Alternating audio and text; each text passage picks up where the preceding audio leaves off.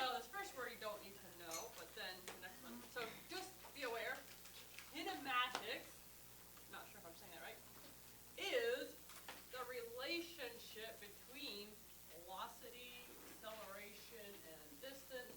This comes from some Greek words, but, which is what we're going to be talking about, velocity, acceleration, distance.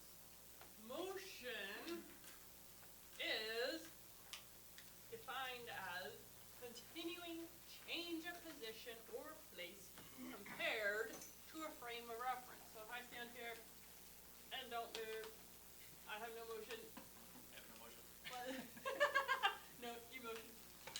But if this is my frame of reference, and then whoop, I move from that frame of reference, I'm in motion. So that's how to define motion. And uniform motion means that there is a constant speed. So if I'm driving down the highway at 70 miles an hour, because isn't it? And I am staying at 70 miles per hour, not accelerating or decelerating, that is uniform motion until I get behind some poor soul who has a crock pot full of soup. And they're going 55, and now it's slowing down, and my motion is no longer uniform. That actually comes from Angie, talking about things that frustrate us, and she's like, gets behind somebody slow. She imagines it's a grandma with a crock pot full of soup, taking it to some poor mother who just gave birth. Tell her don't drive behind me. Helps her to have compassion. So then, what does anyone know the difference between speed and velocity? Marcy, take you over.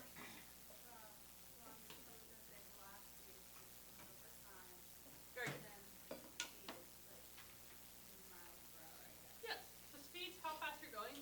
Velocity adds a direction.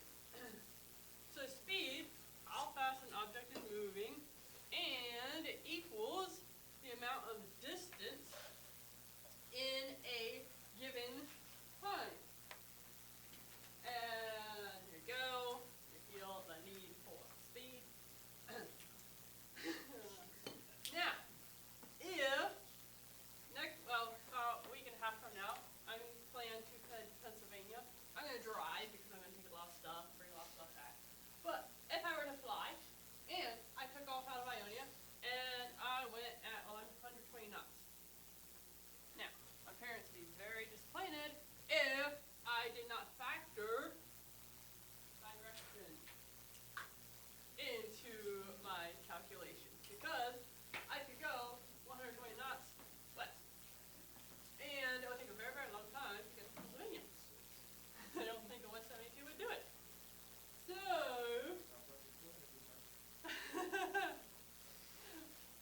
if I add direction and go southeast, I'll hit Pennsylvania much quicker.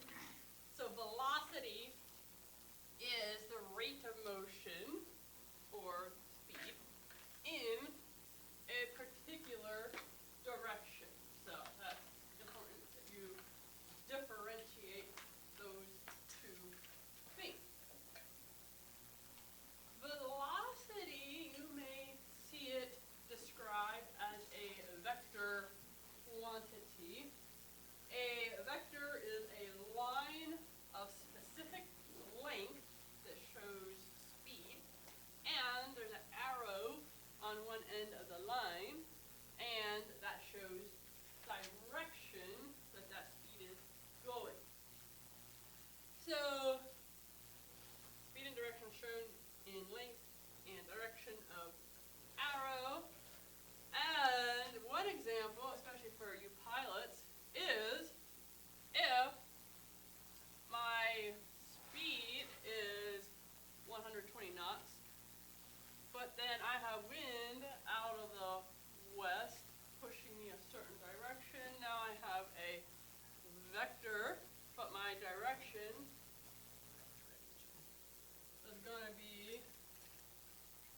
120 knots, and I'm going north a little bit, if up is north. So then I have amount of speed and direction.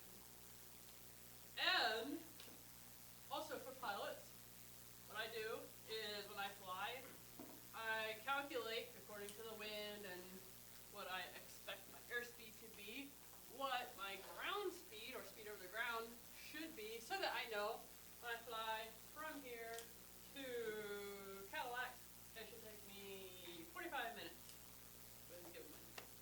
However, I take off, level off, start out, I mark where I'm at, and figure out the distance traveled.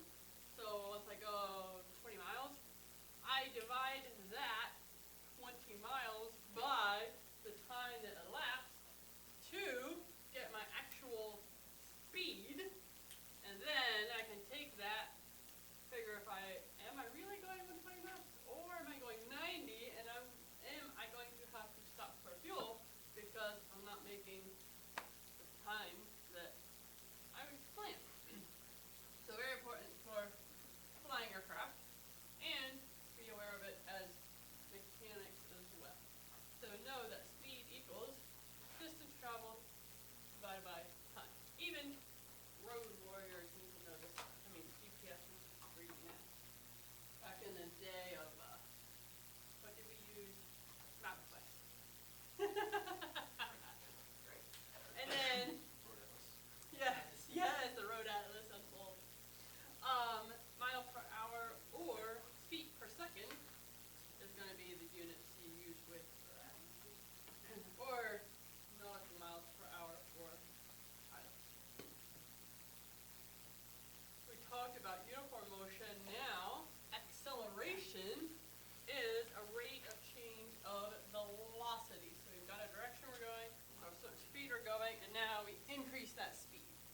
So rate of change, how much is that change going to be of velocity? So the calculation, and this is in your book, page 5-16. If you want to reference that, you won't really use this very much, but just be aware of it. Acceleration, you need your final velocity, which when you're going faster, your final velocity is going to be a bigger number. But subtract off your initial velocity so you know what the difference is, and divide that by time. So an example, we're starting out at 400, F-15 fighter cruising at 400 miles per hour, advances throttle is a full afterburner, and accelerates to 1200 miles per hour in 20 seconds. So, what is our difference? 1200 minus 400. 800. I think I heard it.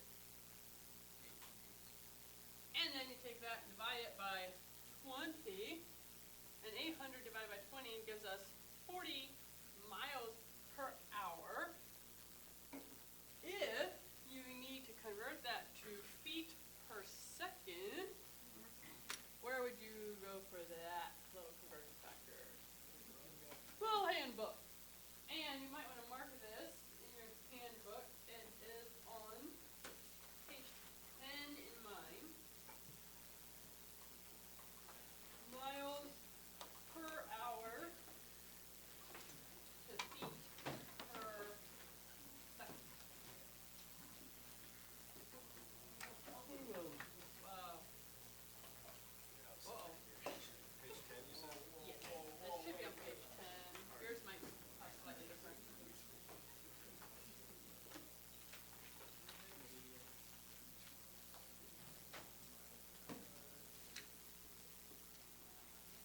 And you can, I put little, like, a little star, a little asterisk, highlight, whatever you like. The ones that you need to reference.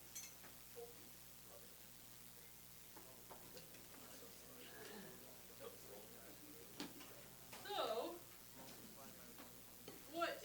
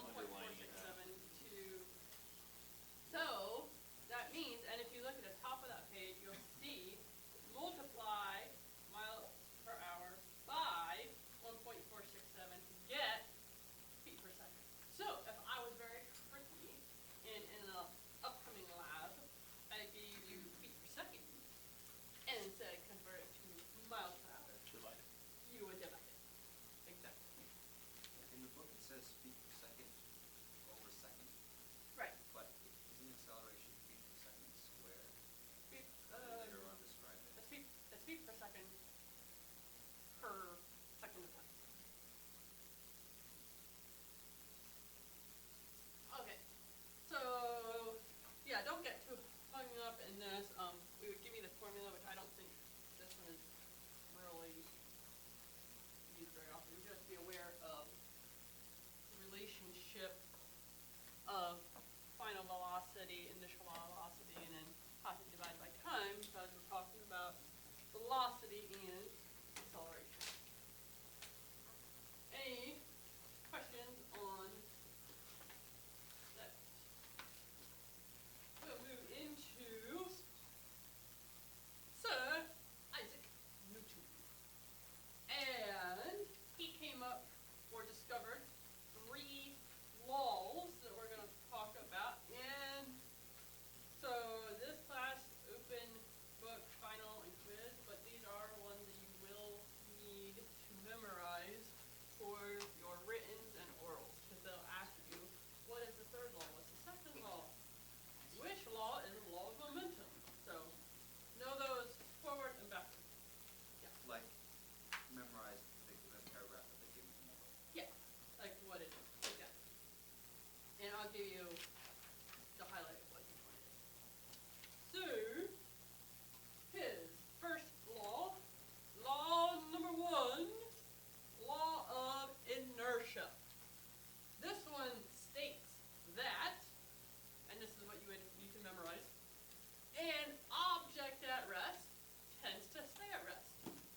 And an object in motion tends to stay in motion unless acted upon by an external force. So, I really appreciate this law, so I can lay this pen here, and it's not of its own accord, it's going to go pulling away. Unfortunately, I think this law is the reason it's very hard to get out of bed in the morning. You're at rest, and you are defying physics by getting out of bed. I absolutely So if you wonder, I have 2 points in today's lecture of why it's hard to get out of bed in the morning. This is point number 1. You defying physics. You're supposed to stay at rest. Anyway, inertia, a term you need to be familiar with, is a tendency of an object to resist the changes in its state of motion. So the more inertia it has, the more it will resist a change. So a big old locomotive rolling along is going to be very, very hard to stop because it has a lot of inertia. The more mass that an object has, the more inertia it has, and the harder it is to change its motion. So, poor fellow in a bicycle has less inertia than a brick wall. We have some rather painful examples in this class. Oh no. Hopefully I didn't bring back painful memories anyway. Law number 2, second law of motion, is the law of momentum. And you can see in your book, so inertia is generally described as an object's resistance to motion, with momentum being the tendency of the object to keep moving. So, here's the law. When a force acts upon a body, the momentum of that body is changed. So, let's do this. So, if we give this some momentum, now the friction is going to be acting upon this very quickly. But if I spin this, and then, that wasn't very good spin, and then stop it, I change its momentum. It would if it was like a perfect world, it would just keep going and going.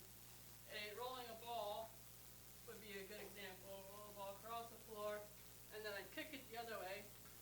I change its momentum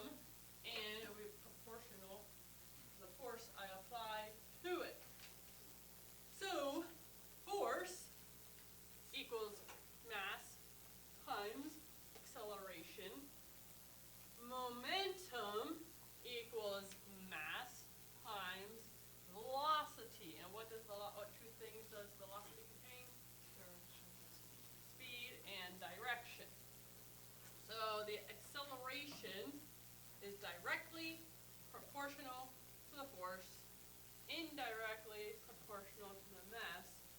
So if I have two different masses, but they're the two sets of the same type of mass.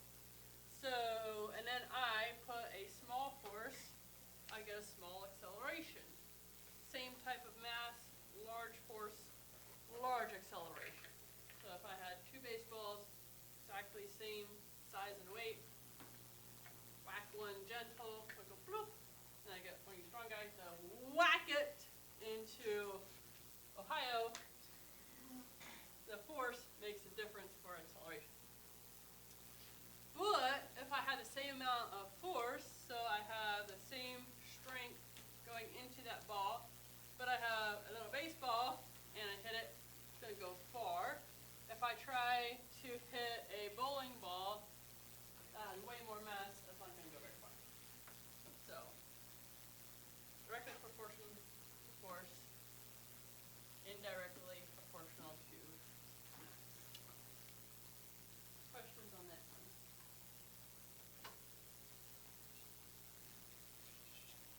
Law number 3. And this might be one you're more familiar with. It is the law of action and reaction. In a state, this is what you need to memorize. For every action, there's an equal and opposite reaction. So, when you apply a force to an object, if it is movable, you have enough force, and it will move. However, this states the force is applied to an object. The object will apply a resistive force exactly equal and in the opposite direction of the force applied. According to this law, I am pushing on this wall with a certain amount of force. The wall is pushing back on me with that same amount of force. And this will be used to explain partially how lift works. Talk about that later. So technically, for a kid hit in the face with a snowball, Mom, the snowball hit me. Snowball says, well, you hit me back, technically. And you can see it as she's applying force. Now we have less resistance, so then that ends up bad.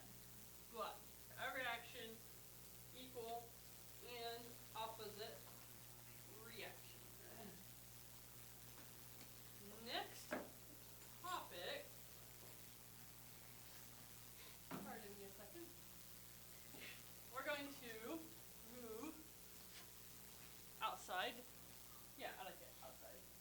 How many of you believe I can fill this cup with water, turn it upside down, and keep the water in the cup? Ooh, you have more faith in me?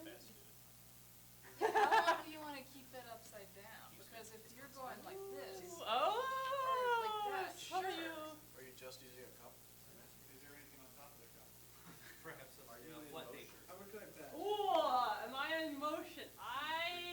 Only part of me will be in motion. All right. Let's see. We'll go out through the kitchen and go out to the front. Oh, it doesn't. You just put it on top, you flip it over. So it also has to do with how much skill I have within the nut.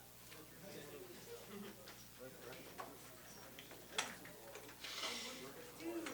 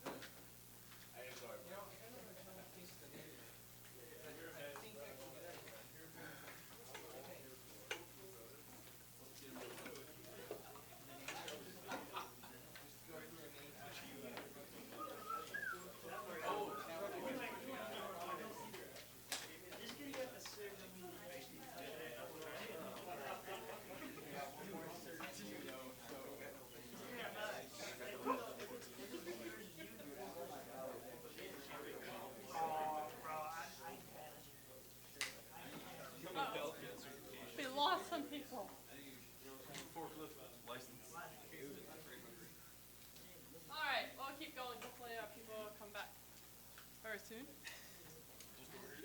So, next topic in your book is circular motion, and talk about centrifugal force. Now, there's this whole discussion out there: is centrifugal force actually real, or is centripetal force actually real? We're not going to get into that. I leave you to that debate. Great things. However, centrifugal force is your force that is trying to pull your object out. So as I swing this around, I'm going to do it in a direction that no humans will hopefully be hurt. And no killing. Okay. So as I swing this around, I can feel the weight on the end trying to pull away from my hand. That's trying to go, yee-hoo! And there is then the centripetal force, is equal opposite reaction to that, is me, or the string, pulling it back to my hand. So centrifugal force, trying to take it out into Never Never Land.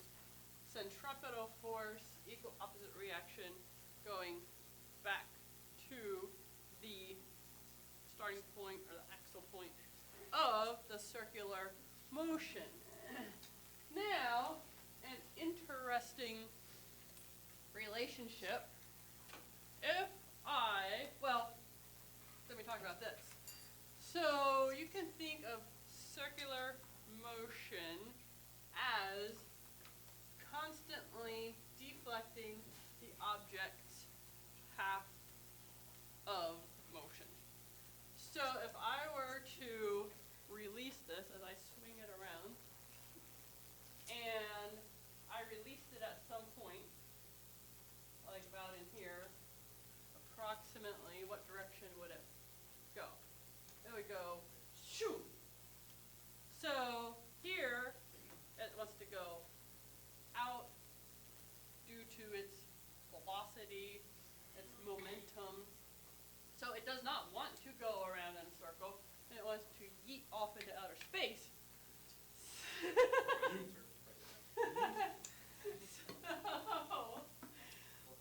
So thinking of it as constantly, it wants to go in a straight line, so I'm constantly deflecting it into a curved path. I'm sure you guys saw too, there's an article or video about a space company developing launch technology that uses this very same, and they spin this baby up so incredibly at a certain angle. That's wild. And the door opens in a half a millisecond, and the vehicle exits, and they're in, what was the highest level of the atmosphere? The troposphere, no, the mesosphere. I believe so, They're yeah. there, and then they fire their engines, and it's just incredible how high they can get. And it's a lot easier than just like launching off. So it's just That's so That cool. sounds like it can go wrong very Yes. fast. If you have one fraction of a millimeter off, you're done. I wanna see the sun out. So, get us back on. So if I have two of these, what is going to happen to my centripetal or my centrifugal force if I double my mass? It's going to increase my centrifugal force. It's going to be harder for me to hang on to it. Whoa. Now, if I shorten this up, what happens to my centrifugal force? Does it increase or decrease? It increases, because I can feel this is pulling harder on my hand because I am deflecting this from its straight path much more often. So it takes more force to hold it into that tighter path. And if I make sure I get a good hold on this, I'm just swinging it nicely around, barely keeping it in a circle. And then I increase it. What's happening to my centrifugal force? It increases.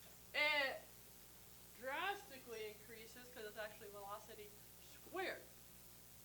So that's kind of the relationship in the formula. Centrifugal force, or centripetal force, equals mass times velocity squared divided by the radius.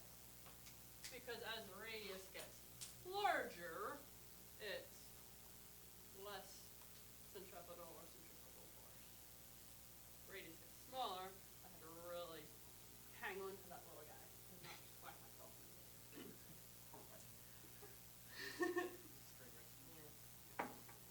And inertia is if there was no resistance or change to deflect the motion, or if tension was suddenly released. So this represents the inertia, that part of the triangle there going, yoo-hoo, see you later, maybe never.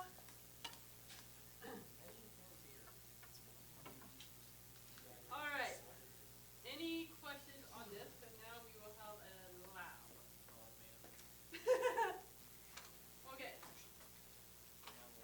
Stand by. I'm going to open up the lab. That just means, so in radio talk, like when you're flying, they'll tell you stand by. Oh, you Stand by what? Are you being sarcastic? stand by. Stand by. Stand by your and be ready. Well, sit by. I should say sit by. Sit by. I actually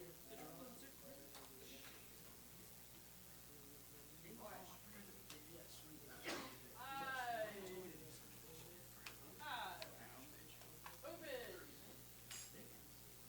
Lab. 2. And This is what you say.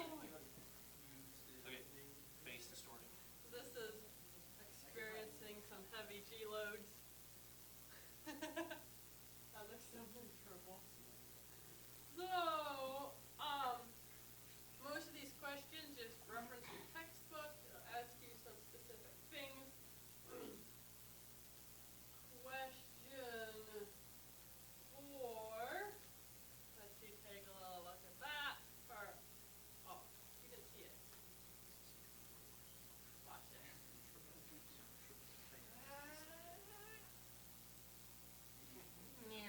Brutal. Alright, so question 4 is asking you to use a centripetal force formula using this information. And for velocity, it says the velocity of the girl on the merry-go-round, she's spinning at 60 RPM. It is 9 feet per second. So which of those numbers, 60 or 9, am I using for my velocity?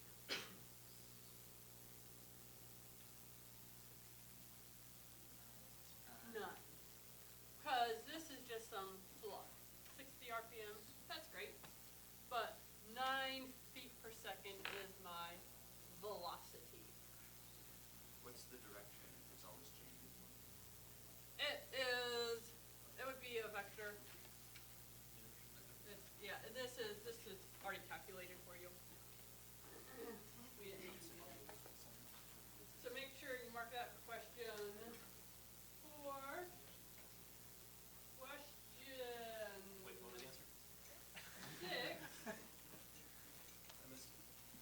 We'll do question 6 together, because this one can be a little tricky. So go to question 6. There's a bunch of scrap paper up here if you want to work it out over there.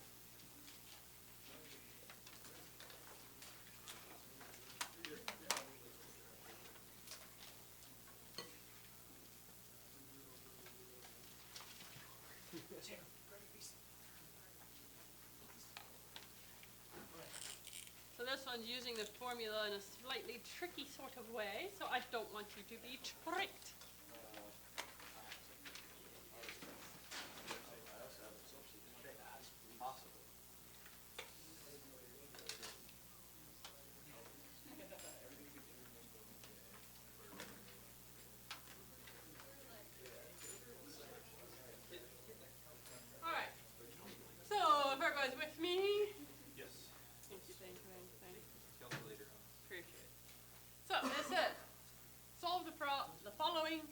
story problem. The animation below is a cutaway of a gas turbine engine compressor section, one of my favorites. The mass of the blade tip area of a single blade in the first rows is 0.25 pounds. The distance from the tip of the blade to the center of the compressor rotor is 18 inches. If the centripetal force being exerted on the blade tip is 129,067 pounds, what is the velocity of the blade tip round to the nearest whole number? So we're looking for velocity. Here's our formula. Centripetal force equals mass times velocity squared divided by radius. So it's not your other one, you're just going to calculate centripetal force. But we had to do a little bit of algebra. So what is my centripetal force? What number goes there? 129,067 equals, and what is the mass? Yes, the 0.25 pounds. And then velocity is what we're trying to find. That gets multiplied. And then divided by, what is our radius? 18 inches. It is the 18 inches. If you look down here, what units of measurement is our final answer supposed to be in? Feet per second. So when you see a final answer like this, it's going to be most easiest on you to go ahead and convert this before you even put it into the formula. So what is 18 inches converted to feet? 1.5.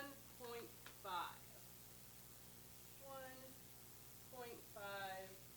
feet. So what would I do next to this problem? How did you do the conversion?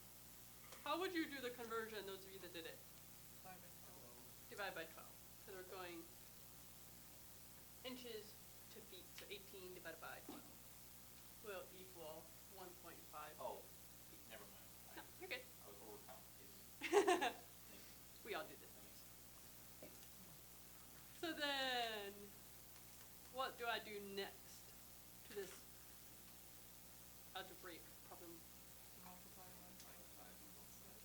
So I get rid of this 1.5, so I multiply this side by it, and I have to multiply that side by it. And what is 129,067 times 1.5?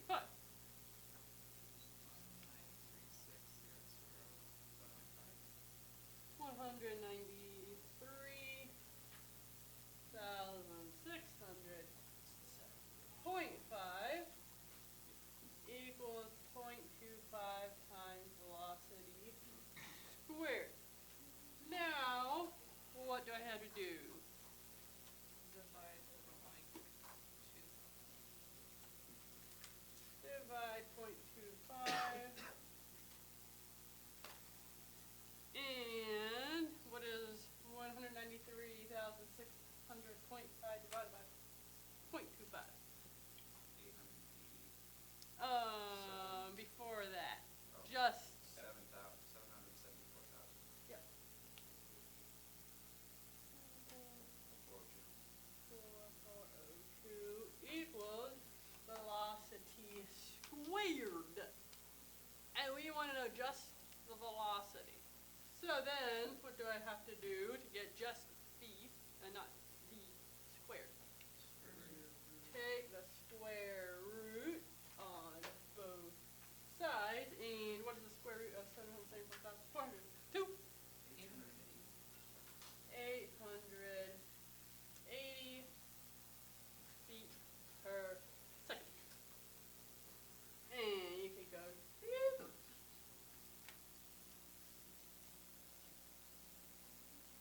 Hopefully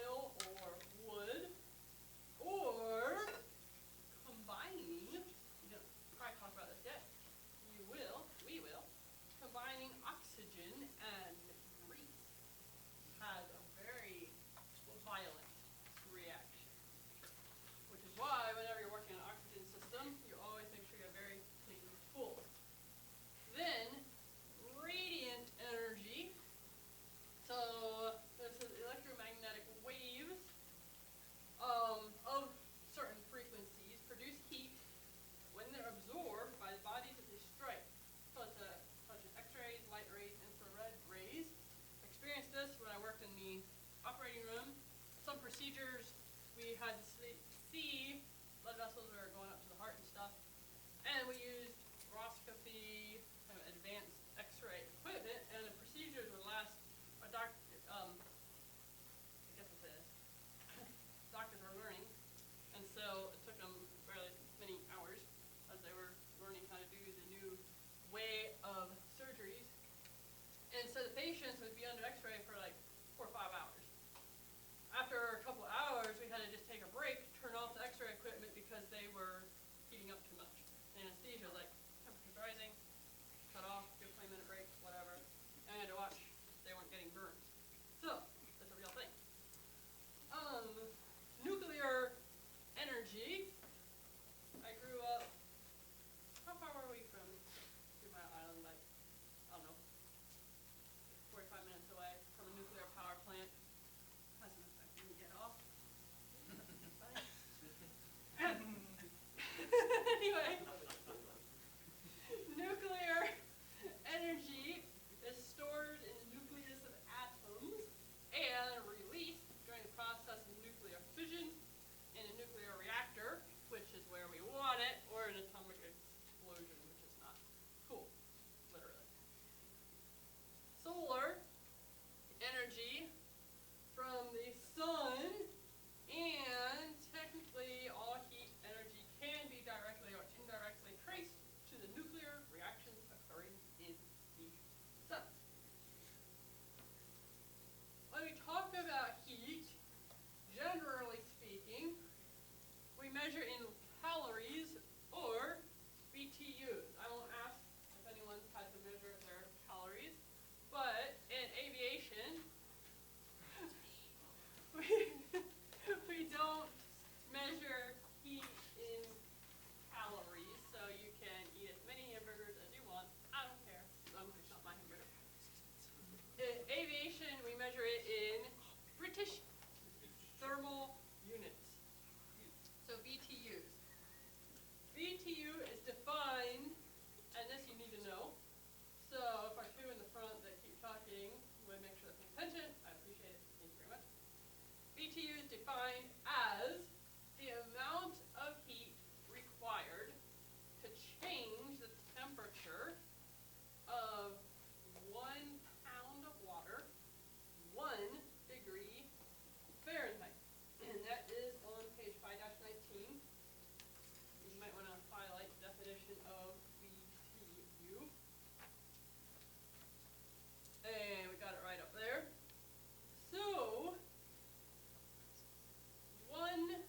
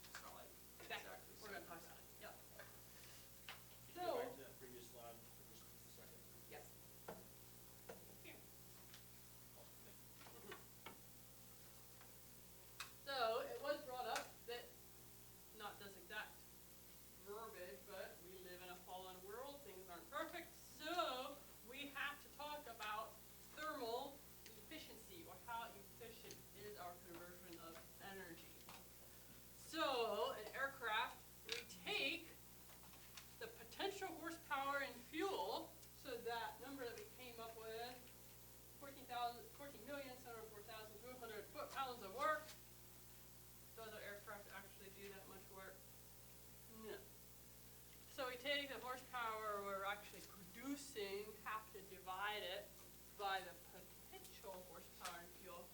That is our thermal efficiency. And anyone want to guess approximately how efficient a average aircraft engine is? 40. 25. 50, 40, 80. 80. Ooh. 68. Who said 80? I want you to design my engine. 65. Great. 65. So I think we got someone who is 63. looking in the book, which is excellent. 25% efficient. Ooh. Ooh. Ooh. What do you think happens to a whole pile of that heat? It's evaporated.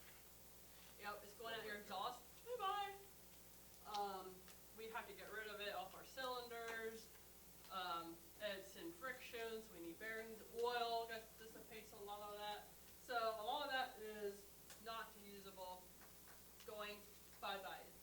So that's what we talk about at the end of the year when we talk about cooling systems. How do we get rid of that heat that's just building up, not being used? So that leads us right into heat transfer. So heat moves from high energy to low energy until it equalizes. And it does it by 3 methods. And we're going to experience this much quicker than I hope. When winter grips us in its teeth, our buildings will be nice and warm as soon as you open the door. Whew! Out goes the heat that's trying to equalize. That's why your mom ever yelled at you, hopefully not, in the winter time, close the door! This is why. She was thinking about heat transfer. Even if she didn't realize it. So the 3 methods is conduction, convection, and radiation. You do need to be familiar with these 3 types, and we're going to talk about the uniqueness of each. But if you're asked for 3 methods of heat transfer, it will be conduction, convection, radiation. Yeah. That 25% figure you gave Yep. us, is that for a standard piston engine or a Yes. turbine? Piston. Okay. Is a We're talking about turbine turbines. Turbines are better. Yeah. We'll talk about turbines and turbines last, but yeah. More efficient. Anyway, I'm not biased. So, the first type we're going to talk about is conduction. Conduction requires physical contact between 2 objects. And I actually did this today. So, I heated up my lunch in the microwave in a glass container. The glass got nice and warm. My hands were very cold, and so I was just holding my lunch and eating it and keeping my hand warm. I was experiencing conduction because I was directly touching the warm glass of my lunch dish. Now, the transfer rate depends on the physical properties of the materials. So, for example, I don't know how many you cook. I won't ask you. The kettle, they'll make kettles out of aluminum or copper or things that are good conductors and conduct heat well to heat up whatever you're cooking in your kettle.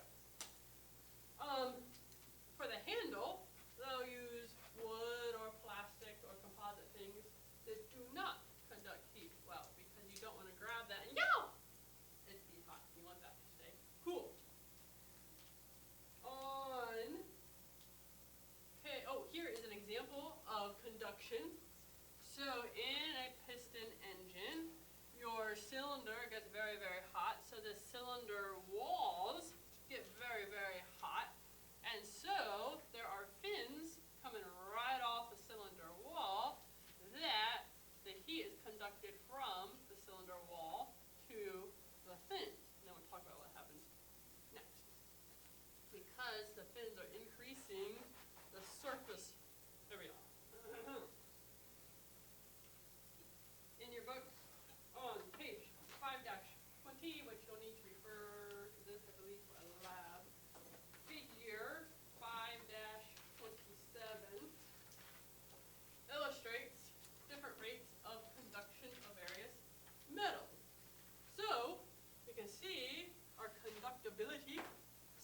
is the best?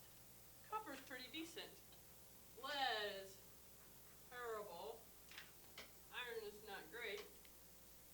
Cast iron cans are the best, by the way. So, anyone know what we make electrical wiring out of?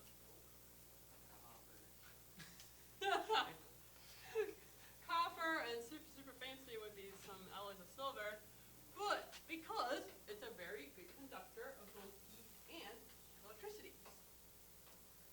And you need to know that solids are better conductors than liquids. Liquids are better conductors than gas. So, air is actually, because air would be lower on the scale, ends up being a good insulator. So that's why in winter you may see me wearing a very puffy vest. Because a little bit of air in my puffy vest, and that helps to insulate you. Next one is convection. And this is heat transferred through movement of heated fluid.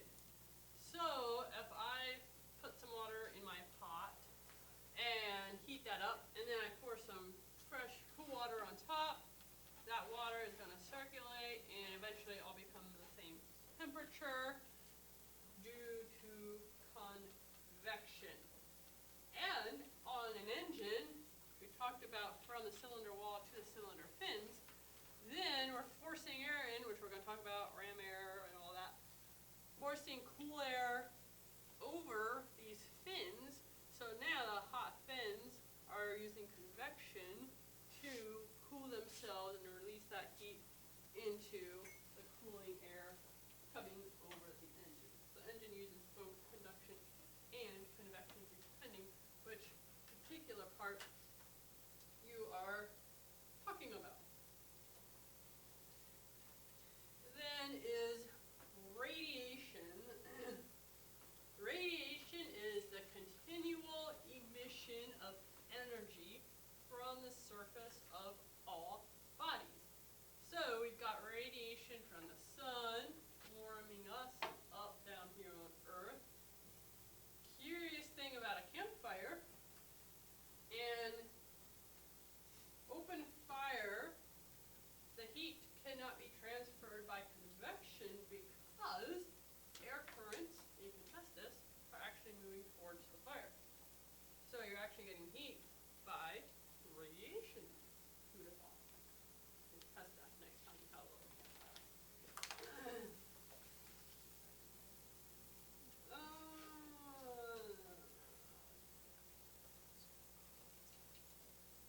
Another term is specific heat. You remember in physics what the term specific is going to refer to. About it yesterday. Now let's get to base energy. Very good. As comparing it to something, it is going to be a ratio. So, it is the heat energy required to change the temperature of a certain substance as compared to water. So, if we've got a chart on page 5-22, figure 5-30, so if you turn there, see that little yellow chart, it will show you the specific heat of water is 1, so they make that one compare everything else to it. And then there's aluminum, alcohol, glass, a bunch of others. And it is in Celsius. So the ratio of the amount of heat energy needed to raise the temperature of a specific mass of material 1 degree Celsius compared to the heat energy needed to raise the temperature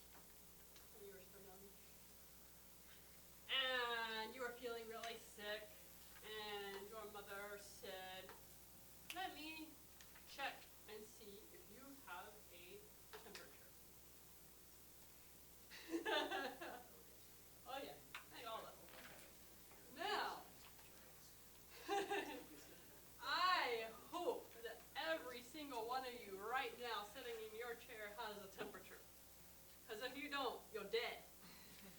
Now, I also hope you don't have a fever or a raised or elevated temperature. But if you do not have a temperature, you are at absolute zero, which is a temperature at which all molecular motion stops. So you're very, very dead. Very frozen. So temperature is a measure of the intensity of heat energy in a material. I want you to turn in your books to page 5-22, because you're going to be asked on a lab to define absolute zero. It doesn't really spell it out in the paragraph, but figure 5-31, it says molecular motion ceases at absolute zero. So you can kind of circle that. That's the definition of absolute zero. All molecular motion stops. Now, we have 4 temperature scales. We have 2 that are absolute, Kelvin and Rankine, and the way they figured that absoluteness, 0 is 0 on Kelvin and 0 on Rankine is the temperature at which all molecular motion stops. So you could say absolute 0, this definition, and 0 Kelvin, 0 Rankine. Is there a question? Yeah, I did have a question. Absolute zero, so you're saying all molecular motion ceases, but not like all atomic. So there you can get into the weeds with proper definitions. As far as I know, they haven't actually accomplished this. There's testing and Theorizing. thank you. So they're just saying like, I don't really get what this means. This There, temperature's never been reached. They only calculate this based off interpolation. They say we've gotten within 50 degrees, within 100 degrees, within 150, based off this, at this degree, technically interpolating, yes, it should come to a stop. yes, exactly. Very good, thank you. And it is a standard by which we make the other temperature scales. So, Celsius, they were very logical, and all of these have a point on them where pure water freezes. So on the Celsius scale, it's very helpful. They set 0 as a point at which water freezes, and then based their scale off of that. So for Celsius, it happens to be that this theoretical molecular motion stops at -273. Is kind of how it falls out. But they set 0 as pure water freezes, and 100 as water boils at sea level at standard conditions. Fahrenheit that we're used to in the United States, could they be normal? No. They're like, what number should we put for water freezing? 32! I had to clear blue sky. It's only one that doesn't make any sense. Right. Zero. No. Zero. So 32 water freezes on Fahrenheit, and then they base their scale off of that, end up with 212 water boils at sea level at standard conditions. But the standard temperature scales that are used for scientific purposes are Kelvin and Rankine. So Kelvin is what Celsius is kind of correlates to, and Rankine is what Fahrenheit relates to. So when we get into gases, gases with pressure, gases with temperature, the formulas require us to use absolute values. So Kelvin is an absolute scale, Rankine is an absolute scale, because 0 is absolute 0. Does that make sense? So if you're given Celsius as a temperature, you have to convert given Fahrenheit as a temperature, you have to convert it to Rankine whenever you're using temperatures in formulas we'll talk about later. So make sure you mark that in your book on page 5-31, that figure for definition of absolute zero, and then above that, you will see all the formulas. So degrees Fahrenheit is 1.8 times degrees Celsius, quantity plus 32. Then you see Celsius equals how you convert from Fahrenheit. Kelvin, how you convert from Celsius. Rankine, how you convert from Fahrenheit. So those formulas are given to you right there in your textbook. You might want to highlight them. You'll be working with them shortly.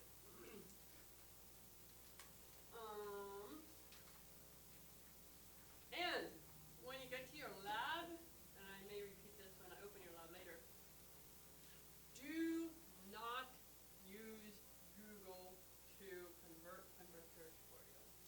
It happened one year, a couple years ago, and there was a whole big group of them that used Google. They just put it into Google, took the answer. Google is not accurate. Surprise, surprise. And they got every single one wrong. And it was interesting. So, use your textbook, use the formulas, keep it accurate, and you will do splendidly. Thermal expansion. So this takes place in solids and liquids and gases when they are heated. Because as we heat things up, what happens to the little molecules? Get more excited. Yes, they are doing not what you all are doing right now. They're bouncing all around, and there's a lot more movement, increasing as they heat up. Oh, maybe I should teach you all that. No, you're good. So, what do you think happens if I had a block of aluminum and I really heated that up? What's going to happen to that block of aluminum? Expand until it melts. Yes, but it will expand. So there are some exceptions of some materials, but generally solids will expand when they're heated, contract when they're cool, just like me. I go into a little tiny ball and I'm very cold. Expansion of solids is, when heated, is very slight compared to liquids. Liquids will expand more, gas will expand even more, just because they're starting out with a lot more energy. And the amount that a unit length of a substance expands for 1 degree rise in temperature is known as the coefficient. So expansion equals the coefficient, we'll look at that in a minute, times the length, so you have to know how long your material is, times the rise in temperature, because how much you're raising the temperature will matter. So if you look on page 5-23,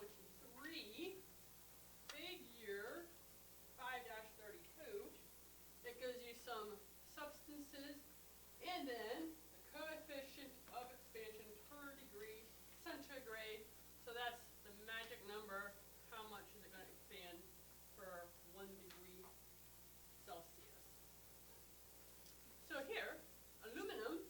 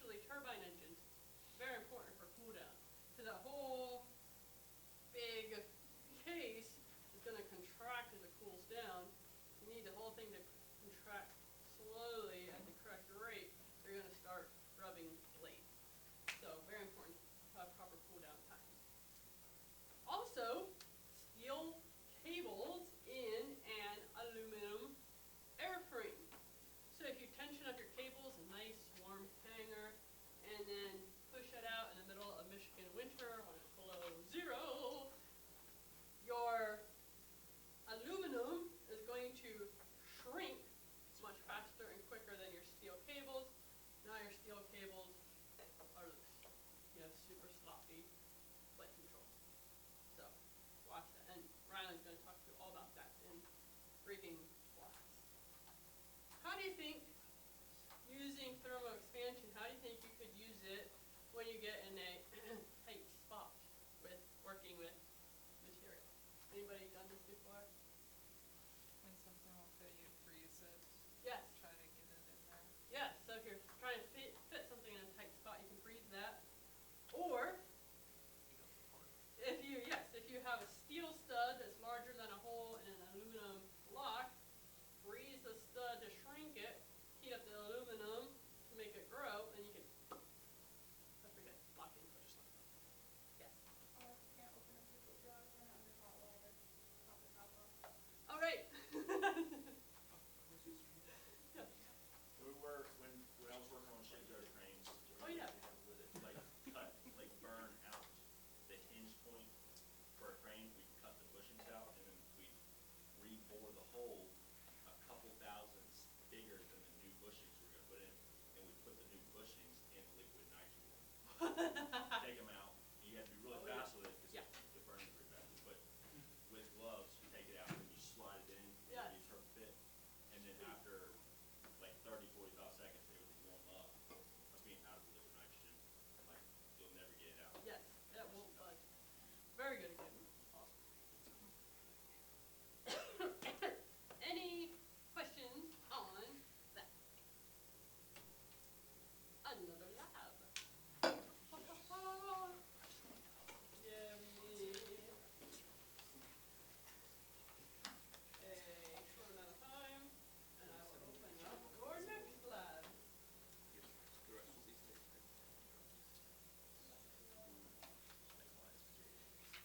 Heat is open, and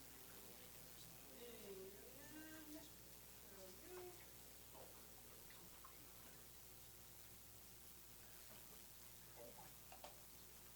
Alright, so I opened up lab 3, temperature and heat.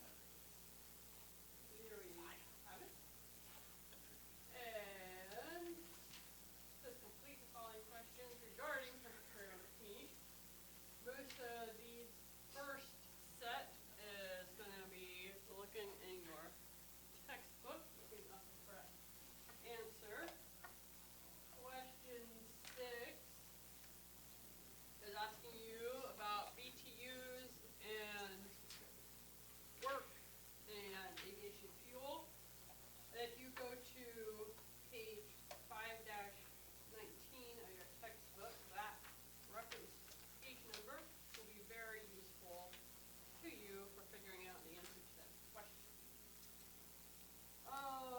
Question. So, starting at question 17 are a bunch of temperature conversions. So, include numbers, decimals, positive, negative values as appropriate. Do not include the degree symbol or the temperature unit. It just wants numbers, decimals, negative, positive, no degree symbol or temperature unit, and then it gives you an example.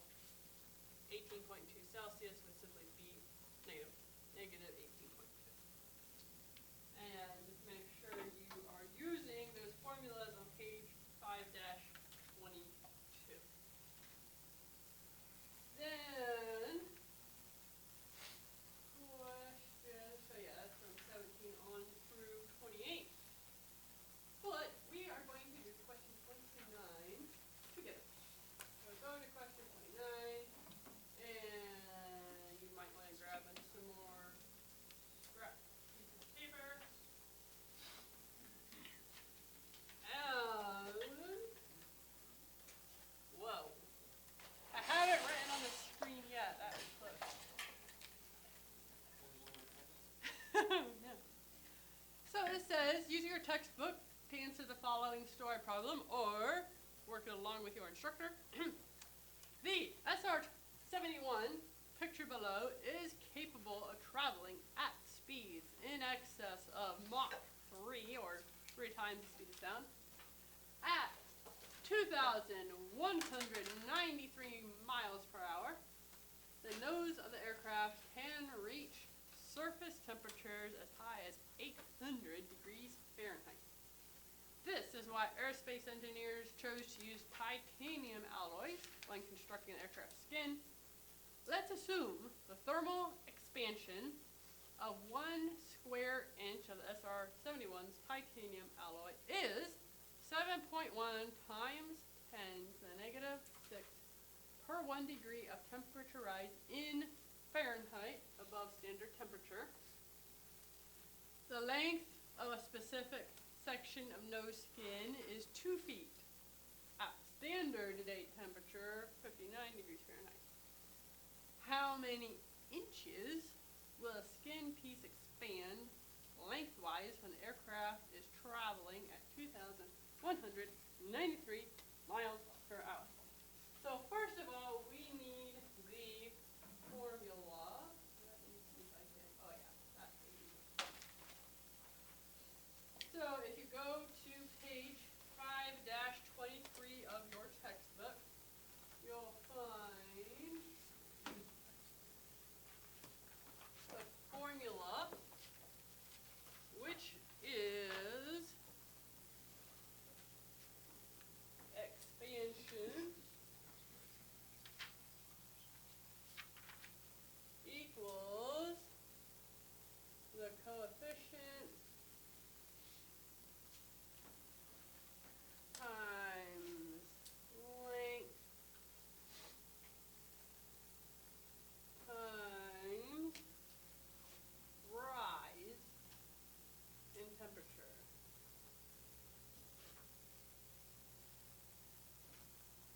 Then we have the coefficient is given to us. So instead of writing out expansion, I'm just going to put x, because that's what we're looking for. X equals, so in this problem, what is our coefficient? Yes. So it is 7.1 times 10 to the negative 6 power. And our length is what? It is given to us as 2 feet, but it wants to know how many inches. So somebody said 24 inches. We must convert this to inches, putting it into a formula so it doesn't give us a headache later. So what is 2 feet in inches? So times 24 inches. And then what is our rise in temperature? It is 741, and how did you get that? Subtract the 59 from the 800. So our ending temperature was 800, and our standard compared to is 59. So just subtract that to get 741 rise in temperature. So yes, and that's a very good question. So in the book, it gives you the chart in Celsius, but here it says, where here? Titanium alloy, 7.1 times 10 to the negative 6 per 1 degree temperature rise in Fahrenheit. So it does specify that. But you would want to make sure the coefficient temperature scale is the same as your standard temperature scale. So you would want to make sure both of those are the same. So throw that in your handy dandy calculator. And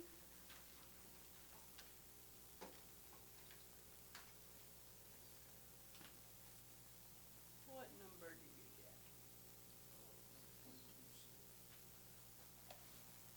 0.126. So, yay! And it roughly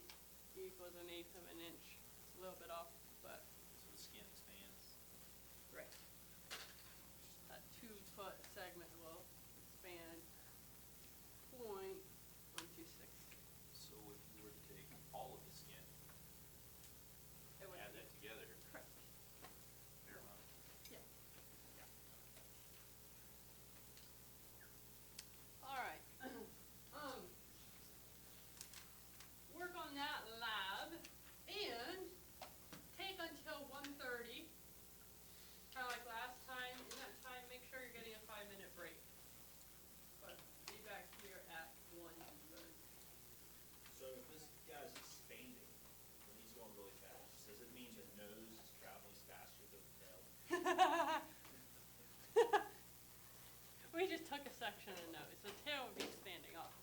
The whole thing would be nose. Yes, the tail would actually be slowing down while the nose is speeding up. Think about that. I think you should fly this. That's warp gravity. Tell me how it goes. Yeah. I wanna fly it.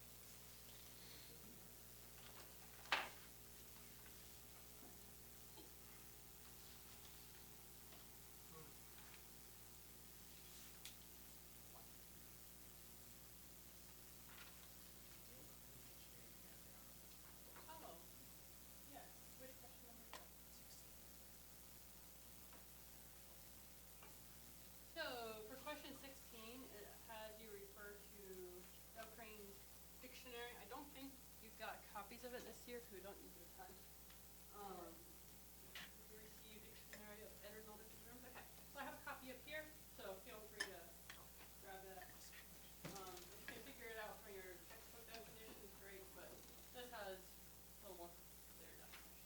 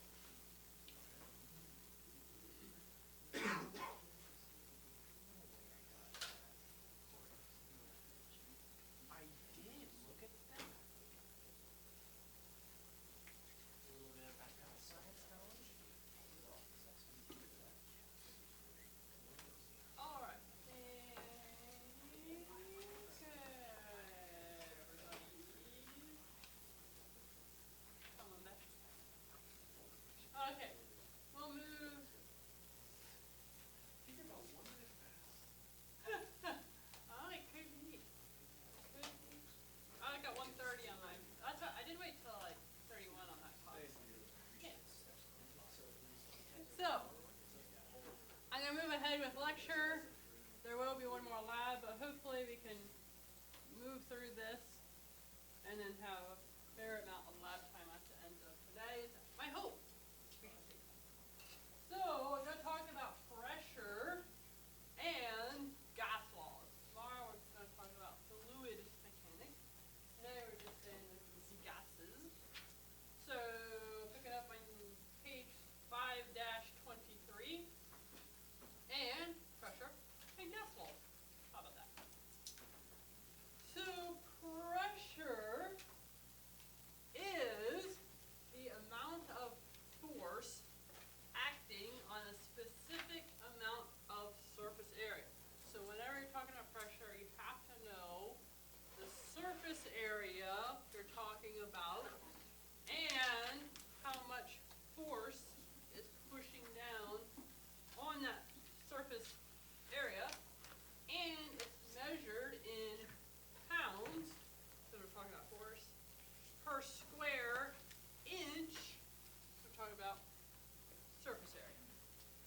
We're going to talk more about standard day atmospheric pressure tomorrow or Friday, but you should know, and this is, some of this is in your book, yeah, 5-23 at the bottom, it's on the bottom of my page, 14.7 psi and 29.92 are standard day atmospheric pressures. This is pounds per square inch. This is inches of mercury. We'll talk about that later, what that all means. But 1 psi is 2.04 inches of mercury, or 51.7 millimeters of mercury, or 68.9 millibars. What all that means is this. So, how did they come up that standard day pressure, if I'm at sea level, and it's 59 degrees Fahrenheit, the amount of pressure pushing down on me from the atmosphere, because we have all these air molecules in the atmosphere stacking up on each other up into good ways. Each square inch of my skin is feeling 14.7 pounds of pressure. So this is why, second reason, when you are reclined in sleep and your alarm rudely goes off, you've got 14.7 pounds of pressure on every square inch of your body you gotta overcome to get out of bed. So if you sleep standing up, it might be easier to wake up. I don't know. But how they figured this out, they took a tube of mercury within a vacuum, very scientific experiment. They took the tube, filled it with mercury, tried it, well, back in the days, you could have put the thumb over the end, turn it upside down, plunge it down into a bowl of mercury, and the gravity of the Earth is trying to pull this mercury out of the tube, but we have atmospheric pressure pushing down on the mercury in the bowl, trying to push this back up the tube, and at some point, the gravity trying to pull it down, pressure trying to push it back up, equaled out, and they came up with the height of 760 millimeters, or 29.92 inches in 1 square inch, 14.7 psi. So that's where those, so yeah, in a 1 inch squared column of mercury, 29.92 inches tall, that would weigh 14.7 pounds. So that's why 14.7 psi is equal to 29.92 inches of mercury. That's kind of your free for today. But we have 3 types of pressure you need to know. You'll be tested probably forward and backwards on these. So know them well, understand them well.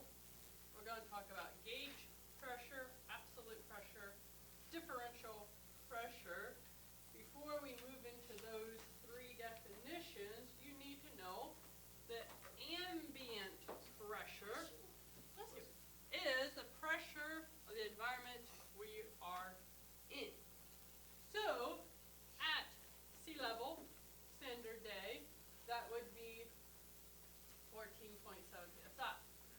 But as you go up in altitude, we're going to talk about this later. Anyone know what happens to pressure, atmospheric pressure? It decreases, getting yes. Less air molecules as we go up, so our pressure is going down. But if we're goldfish in water, we probably have higher pressure.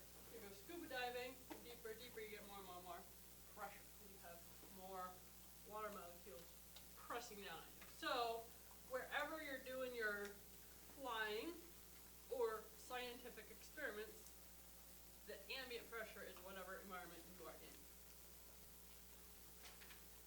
So the first type of pressure we talk about is gauge pressure. And I believe Case's instrument class, you're going to talk about all different types of aircraft instrumentation. You're going to have to know the difference between these pressures. So gauge pressure is abbreviated PSI. All of these would be a PSI, but PSI G is for gauge. And gauge pressure is pressure over and above ambient pressure. So things like oil pressure, fuel pressure, and hydraulic pressure, because the gauge is specially calibrated to cancel out ambient pressure, it only shows system pressure. So when your oil gauge, which you could go out to our aircraft now and see the oil gauge is on 0. It doesn't mean that you stepped into a vacuum. That means within that system, our oil pump is not turning. There is no pressure above ambient. Same for fuel and hydraulic pressure. You'll learn about a little board-on tube that expands with pressure in Case's class, and that turns the needle. Any questions on gauge pressure? Next one is absolute pressure. So it's abbreviated PSI A for absolute. This is compared to a vacuum or absolutely no pressure. And these are still instrument faces, but they include ambient pressure. So absolute pressure is going to equal gauge pressure we just talked about on the oil gauge plus ambient. And an absolute pressure instrument is going to show you ambient plus gauge. So one example is a manifold pressure gauge. Don't get confused that this instrument is called a gauge, even though it's showing you absolute pressure. And sort it out in your mind. In our induction manifold, what do you think if our ambient pressure is at 20, let's say standard day, 29.92 inches of mercury. But we're just sitting out there, there's a little bit of wind blowing around. Do you think we have, so the air to get in here has to go through a filter, has to go through a carburetor, has to take a turn, go up in here where our gauge is. Do you think the pressure in there, just sitting there, is going to be more or less than ambient pressure? It's going to be less, because it's hard for the air to get in there, so it's going to be a little less. So this gauge has to be able to show from 0 of absolutely no pressure up to whatever the aircraft is capable of. So it has to be able to show less than ambient pressure. Then we start our engine, start taxiing, take off, got the ram air pressure, and we're flying 414, and the turbocharger kicks in. The turbocharger really pressurizes that system. Then we got boosted pressure, going above and beyond ambient, then it's a good day. But manifold pressure gauge, good example of an absolute pressure gauge. Questions on that?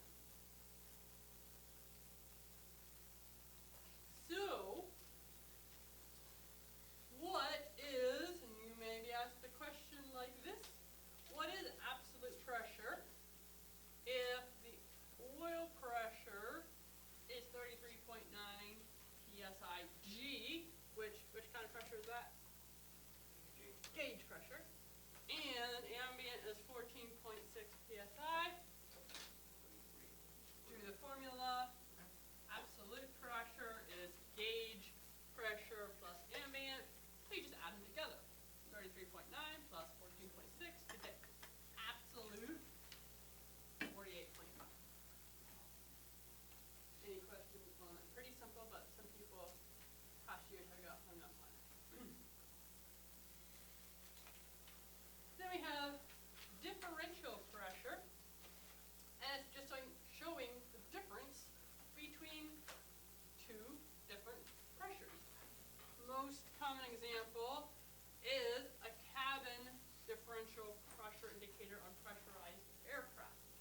So our airliner takes off, woohoo, flying at 36,000 feet. Now, passengers don't want to feel like they're at 36,000 feet, or they won't be feeling very long. So, we pressurize our aircraft to make it feel like they're at 7,000 feet. It's still nice altitude, but survivable. So, the cockpit gauge needs to show the cabin pressure and the differential between what's outside. Because what if we are flying at 36,000 feet, but we're like, you know what? We want the passengers super comfortable. We're going to pressurize it for sea level. What can start to happen to our aircraft? Sheet metal structure, like, it's going to overstress that airplane. What if the pilot's not very thoughtful and he pressurizes it for 12,000 feet? And then we go and land in a brand new airport in Death Valley, which is below sea level, I believe. What could happen to our aircraft? Poof! Implode. We have too much pressure on the outside.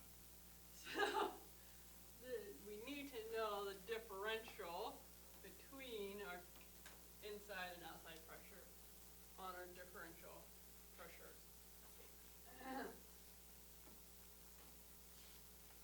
Any questions? Yes. Oh yeah, yeah. So, yeah, anytime. You're very welcome. Yeah. So like there, if you're looking at the gauges, and if they get a certain PSI apart, you're like, we need to adjust something. Yes. Yeah, so this needle is cabin differential pressure indicator. And, oh, this is pounds per square feet. This is in thousands of feet. But then there is a red mark if one of the needles gets into there. And different gauges will be different, but there will be marked do not exceed something. Yeah. Yeah. Airliners, I get that you have a setting that the pilot sets, like saying we're going to climb up to flight level 300. You know, you might set like pressure 10,000 feet. But when you come back down, isn't that the minimum it holds that? Like it'll, once you start getting below 10,000, it'll start to automatically like just allow, it has a check valve essentially. Yep. You're going to learn all about that in writing. But yeah, there are check valves that start to maintain or Equalize. Yep. That's why you find it weird. Yes. All right. Any other questions on the pressure? Now dive into gas law.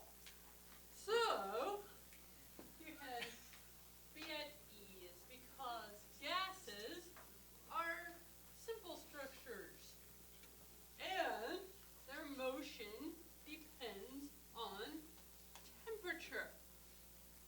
So if we heat up a gas, what happens to the little molecules? Bing, bing, and moving around more, which is expanding the whole gas, and so it's going to take up whatever space it can. If it's a closed container, what is going to happen to pressure? As it says, it's going to increase. As you can see with this balloon, we're heating this up, increasing pressure. Balloon is stretchable.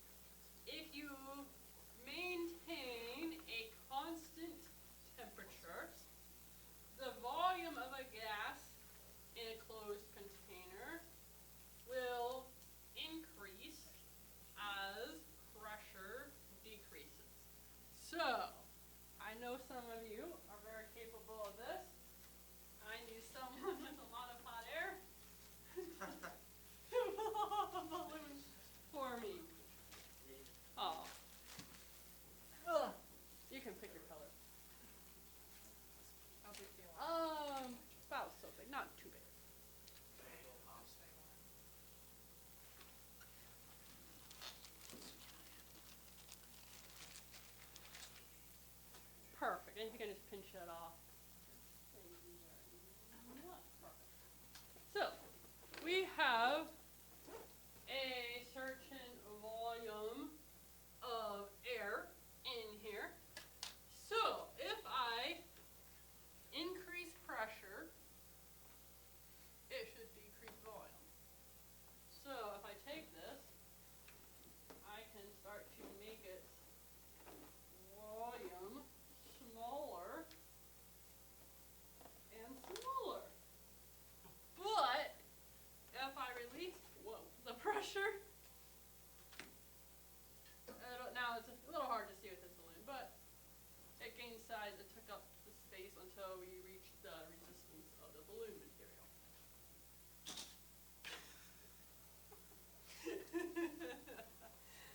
So, and you can see it here.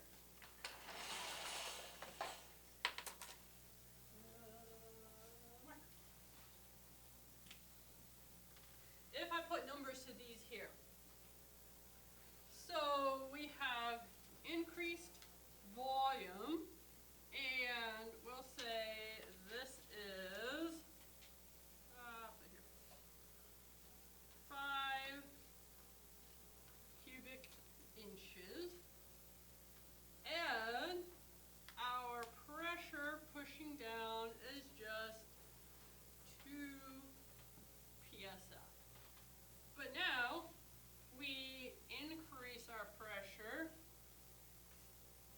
to 5 psi. Our volume will shrink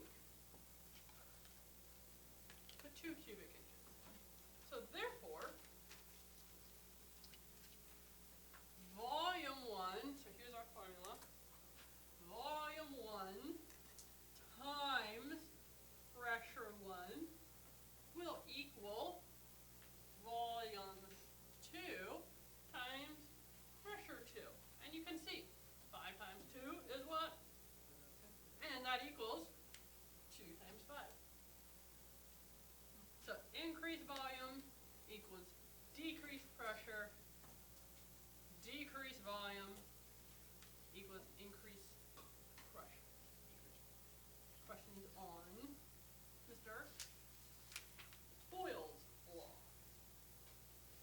And that formula is in your book, page 5-25. Starting volume times starting pressure will equal final pressure, final volume times final pressure. All right.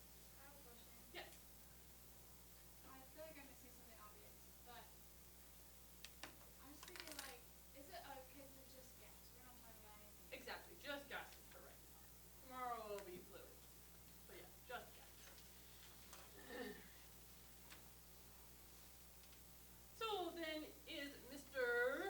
Jacques Charles, a French scientist, and he worked with constant pressure.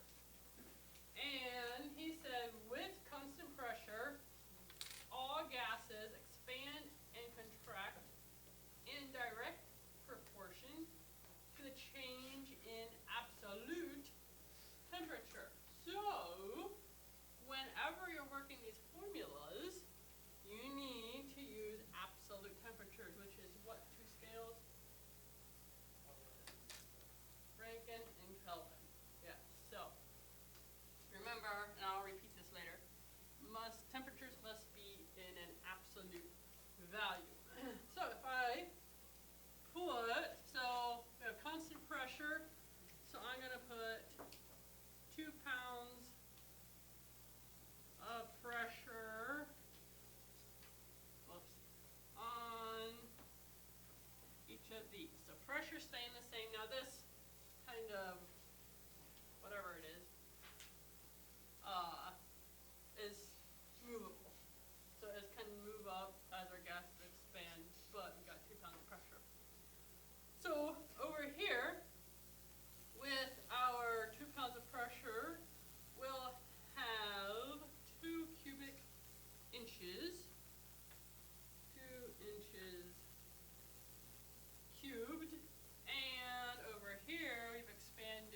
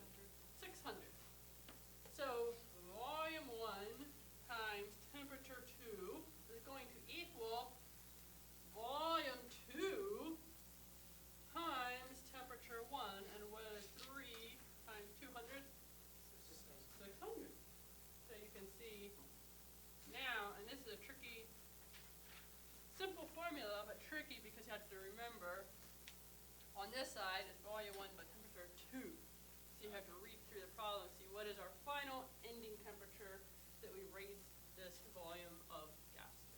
The difference totally. Just, you'll be given a starting temperature, ending temperature, so ending temperature goes here, starting temperature goes here. Kind of like this. Our 200 is temperature 1, so that would go here. Our 300 is temperature Just 2. gonna keep the order right. Exactly.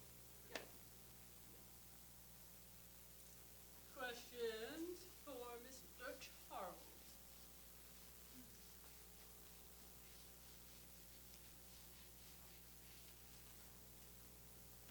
Then we have Mr. Gay-Lussac, I'm not sure how to say his name.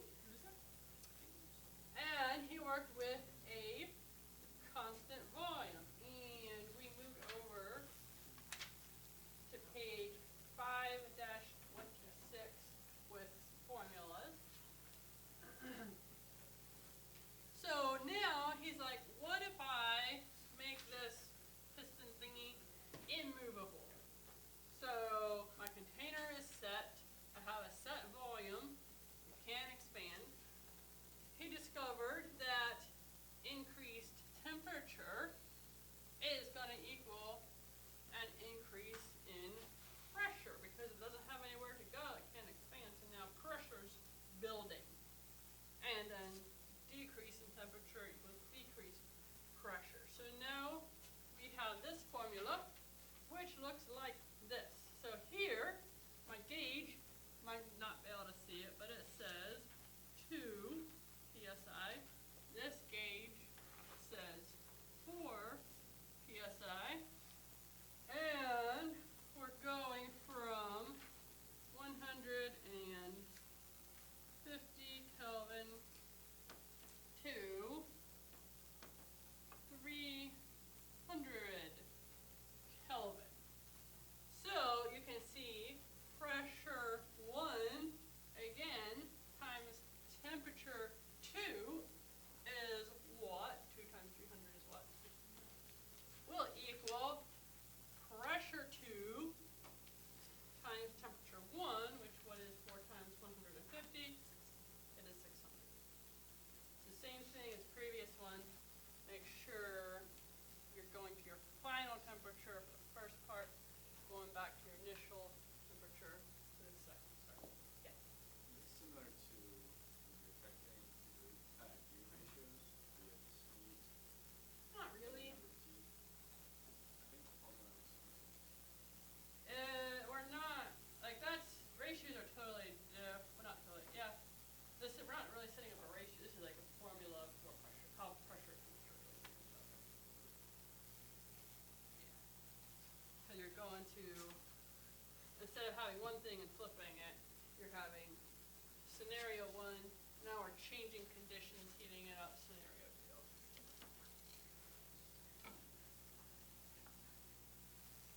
2. So, we went over 3 formulas. What happens if you're dealing with pressure and temperature and volume all at once? There's a formula for that. Might be a little scary, but it's not too scary. So,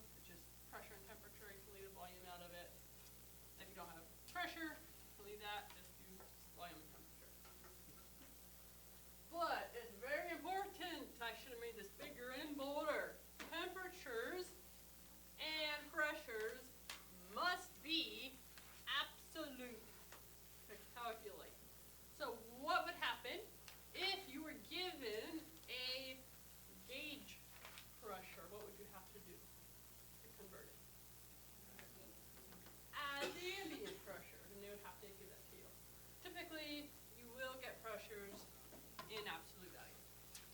Temperatures, they are tricky. They will give you temperatures in Fahrenheit and Celsius, and you'll have to convert them to Rankine and name is escaping me. Kelvin, thank you. So here's a nice little picture, the relationship with pressure and temperature. You rise, I rise, you fall, I fall. The pressure goes up, temperature goes up, pressure goes up. Drop temperature, pressure drops. In this, you can see this one, our temperature is staying the same, which is interesting, but we are decreasing volume and our pressure is rising. But also, I'll come back to this formula again closer to when I do go lab.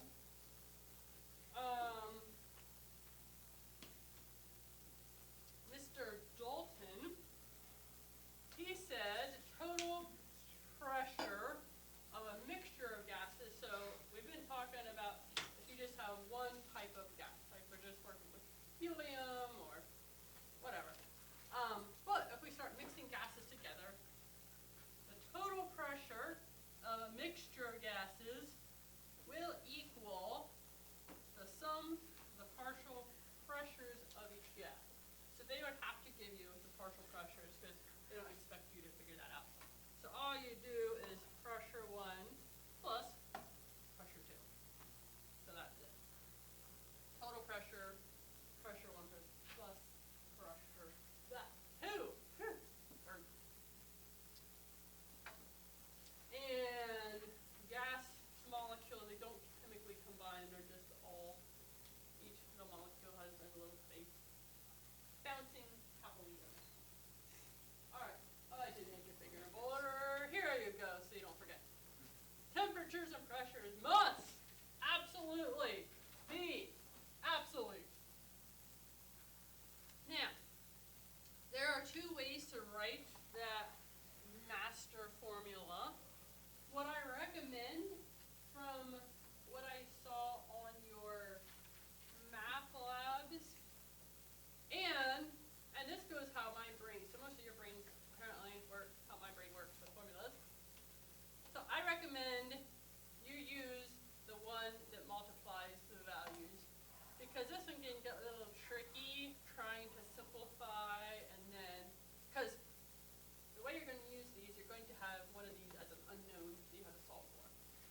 So you'll be given 3 other quantities, have to solve for one to figure out what it is. So I highly recommend the multiplication one.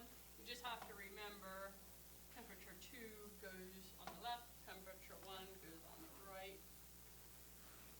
Multiply and divide. Yeah, yep. Keeps it simpler.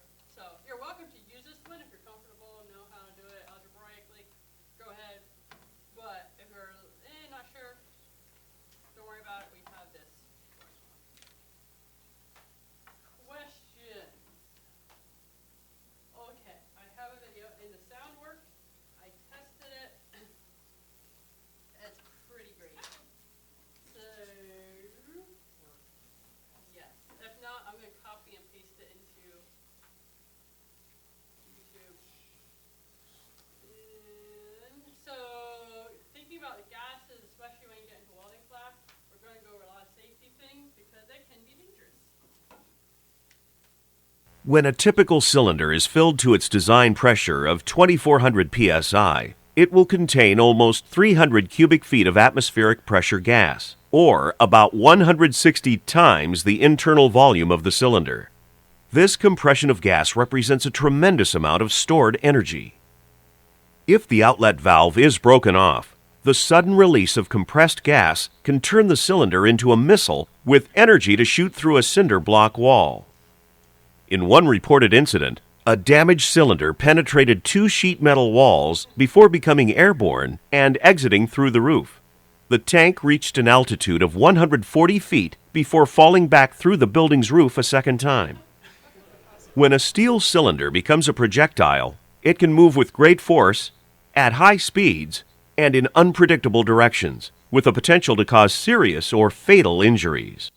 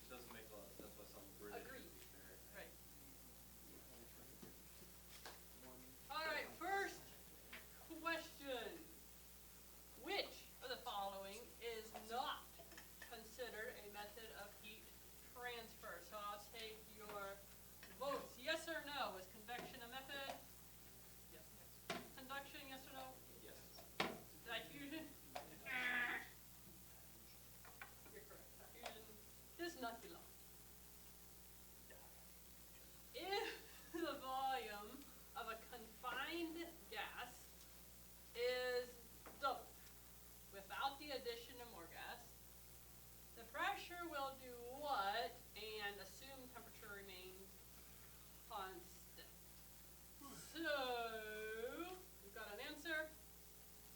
It will be reduced to 1/2 of its original value, because now it's doubled in size. Filling a larger space, less pressure. Since it doubled, that equivalent is 1/2. Oh, volume. Yep. Okay, this one, I didn't realize it was in here until I was reviewing these this morning. It should be after tomorrow's lecture, because it talks about liquid. But I'll see what you think about liquids. So this is a little pretest. If the temperature of a confined liquid is held constant, and so it can't go anywhere, its pressure is triple, the volume will do what? Oh, look at all these knowledgeable people. It will remain the same. Why? What are you knowledgeable people? Can't compress a liquid. Liquid is considered non-compressible. If it said gas, which would be the correct answer? It would be reduced 1/3 its original volume, because pressure triples is going to squish that gas down. But liquid, we're going to learn about that tomorrow. Considered non-compressible. Steam engine solid. Yes. Learning the water first. Yes. Yes, they would talk about hydraulic lock in real engines too. Yeah. Go back to that, form of heat transfer. I know Oh, yeah. diffusion is not Right. a form of, or method of heat transfer. But when I think about diffusion, I think about, oh, here's an object that's hot, or it's hot water, or whatever it is. And then is the heat diffusing, for example, a hot boiling pot of water, for example. Right. Isn't the heat diffusing into the air? So It's we, really more like convection. it would be convection. We can think of it that way, but it's more just not heat transfer. It could be two liquids diffusing together. Okay. Or, So specifically heat transfer, right. that diffusion would, like you said, like blue ink in a cup of water, that's Yeah. diffusing Yeah. into the liquid, it's not transferring. Right. Okay. Yep. Thank you. Good question. In physics, which of the following factors are necessary to determine power? So this goes back to yesterday. So what is the formula for power without even looking up that? You can you can look in your book. Totally look in your book. We have open book tests in this class. Bottom.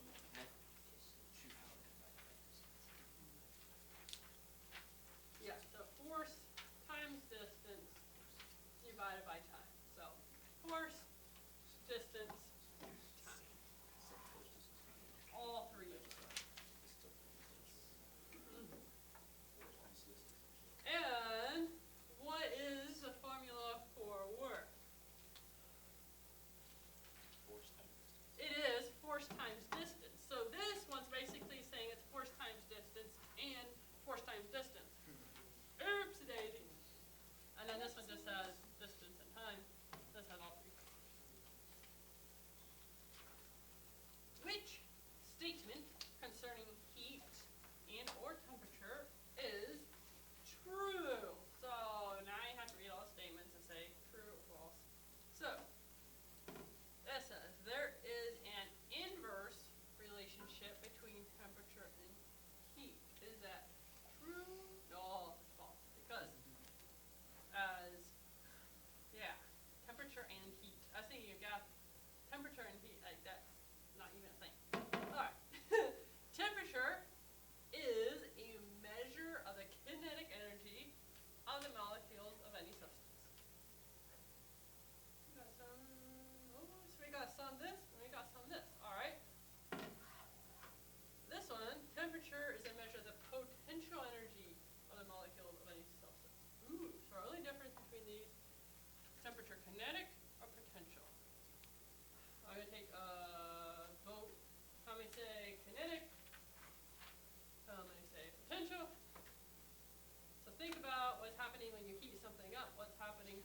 molecules, boing, boing, boing, boing, boing, boing. That's kinetic energy. So they're moving.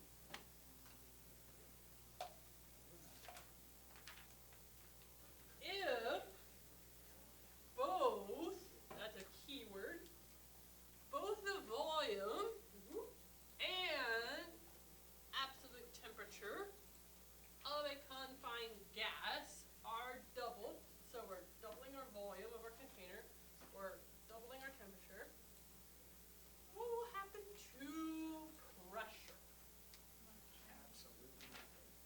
You are absolutely right. So, it will not change. Because if we double the volume, what would happen to pressure?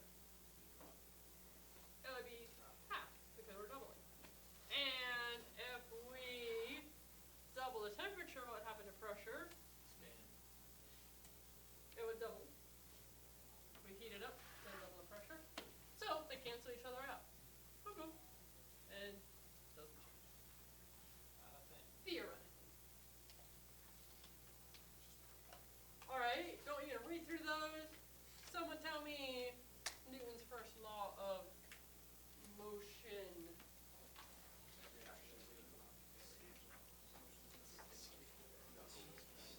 Oh my goodness, I'll take a raised hand on this one.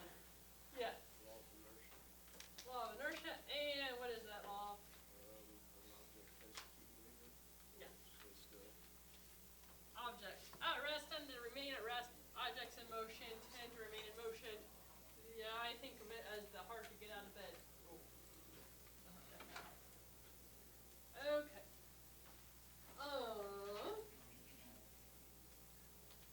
Time for a lab. Woohoo.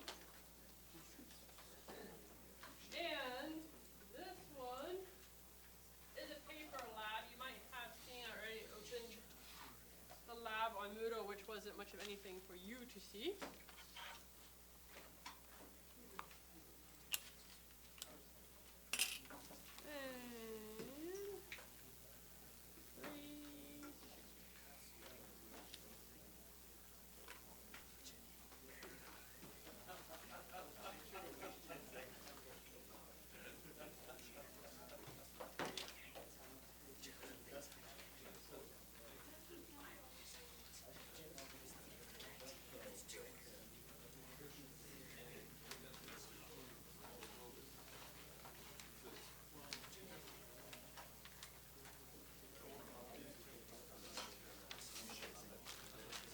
Alright, everybody should have a coffee. Coffee? I like coffee. So, let's do this. Everyone take a break, because I need a little break. We're going to do some of these problems together. So, everyone be back in here at, let's do a 10-minute break, so 25. Back in here at 25.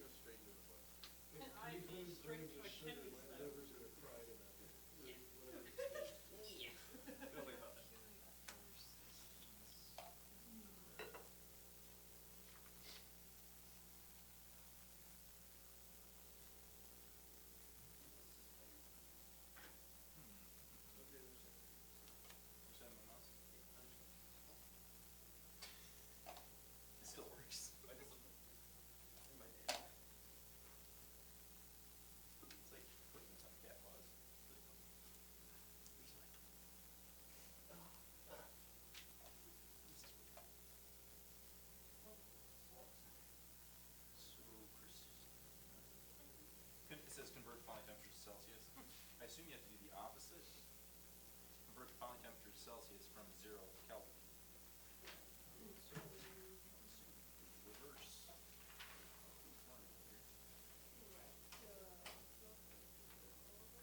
I understand 5 minus 9 things, but I just don't understand. I assume it's the opposite. Degrees Kelvin, degrees Celsius, which is given. Well, no, it's not. I want Celsius. Right.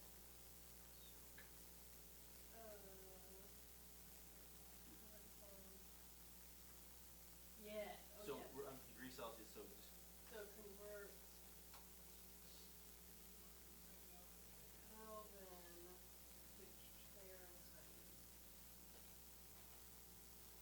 Oh, wait. No, Kelvin, yeah, no. Kelvin to Celsius. So yeah, you did that. Correct. degrees Celsius or Kelvin. Correct. And Kelvin is Celsius is plus 10 degrees. Kelvin is negative 2. Correct. Right. So 0 minus 273. Yes.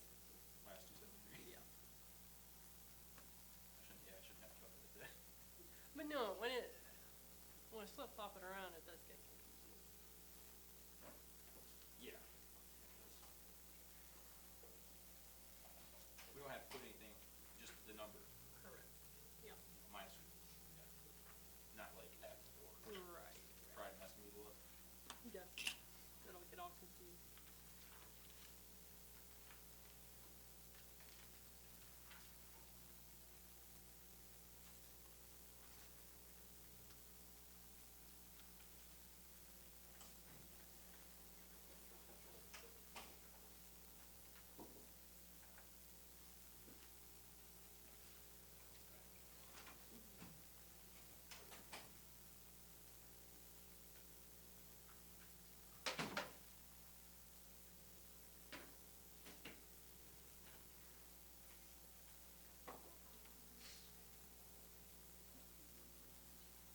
I got a question. Yeah. On question 9, that's doctor's license. I didn't tell when he started, so I would start at 8 and not be ready. But some check ride, that's a short check ride. I'm pretty sure that's right. I mean, it's not per se short, but it's on the better side of the average. CFI takes 2 days.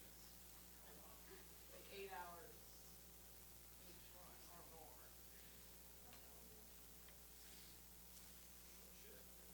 So if you started in the morning, he's probably done or almost. Oral will be 2 hours at least. Vital will be there's still break. Probably. The flight examiners travel. I don't know about maintenance.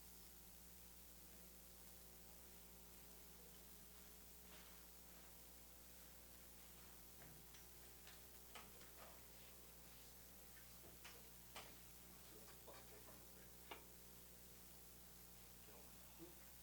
Ring time. Make sure you use 400. I'm used to that. No. I mean, yes. And then? M&M's, I ate all of them. Get the fork from them. M&M's.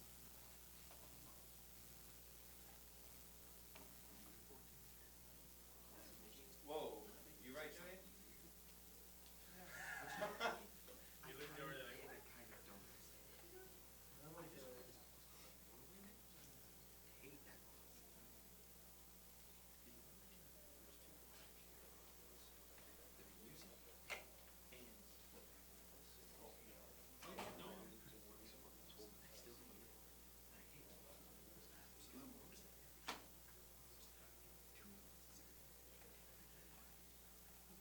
This is literally the first time I've heard of ring time. Huh. That's not common. Like, I haven't even seen it in like other aviation ships. right, aviation world, it's more like just a physics thing. But Celsius is much more common. And now that I've Kelvin. learned Celsius, I like Celsius. I just memorize, every 5 degrees of Celsius, 9 degrees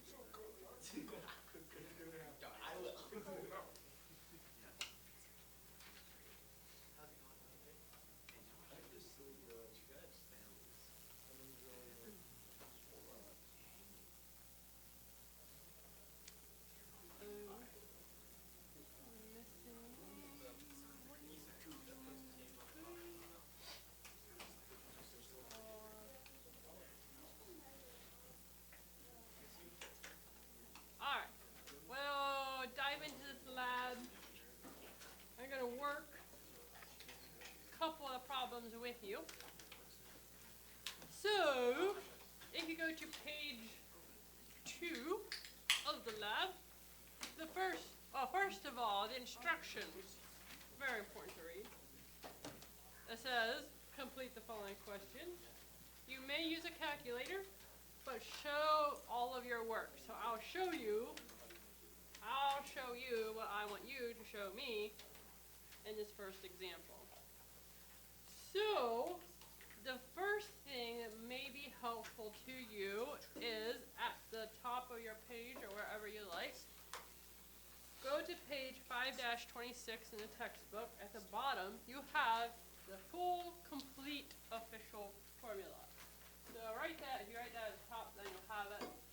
And it is P1 times volume 1 times temperature 2 equals pressure 2 times volume 2 times temperature 1.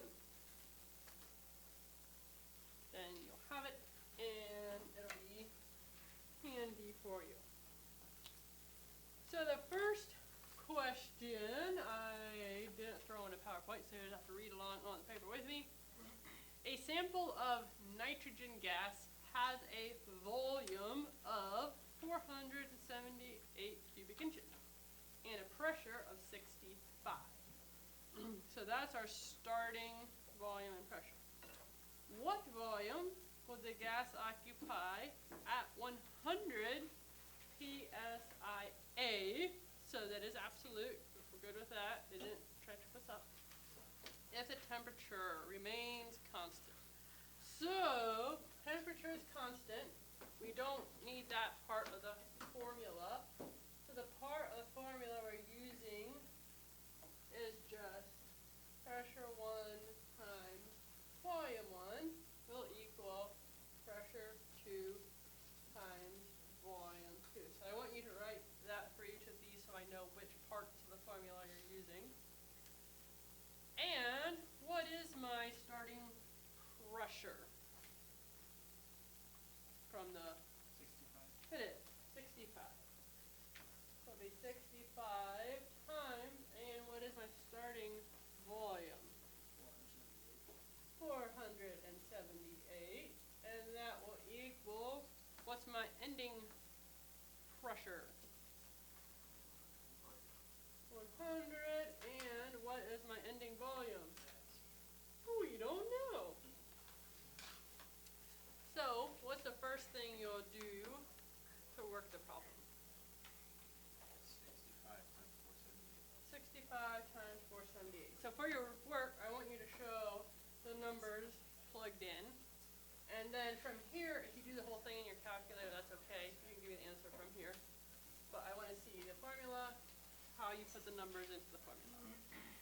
So 65 times 478 equals what? 310, 70, 31,070. 31,070, and that equals 100 times our volume 2. And then what do we do? Divide by 100, and volume 2 equals what? 310.7. So, what could we do to double check that that's the correct answer? Multiply 310.7 by 100 to make sure it equals 31,070. And this one's pretty easy to see that that would be true. So I do recommend on each of these, plugging it back in. Double check yourself. Make sure you did your math correctly. I understand the process of just trying to get it set up right. Like, Exactly. he gets the 65 psia, and then there's a period, and then what volume would the gas occupy at 100? So that's a separate, Correct. like, 2 volumes. Yes. Yes. And we'll do another one to kind of work through how they word it. So that's the trickiest part of these. Yes. It would just be cubic inches. For volume, correct. Yes. Any other questions?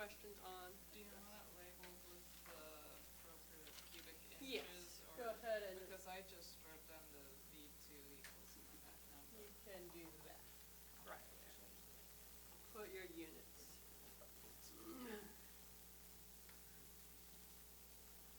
Everybody get this That's before? inches cubed. Yes.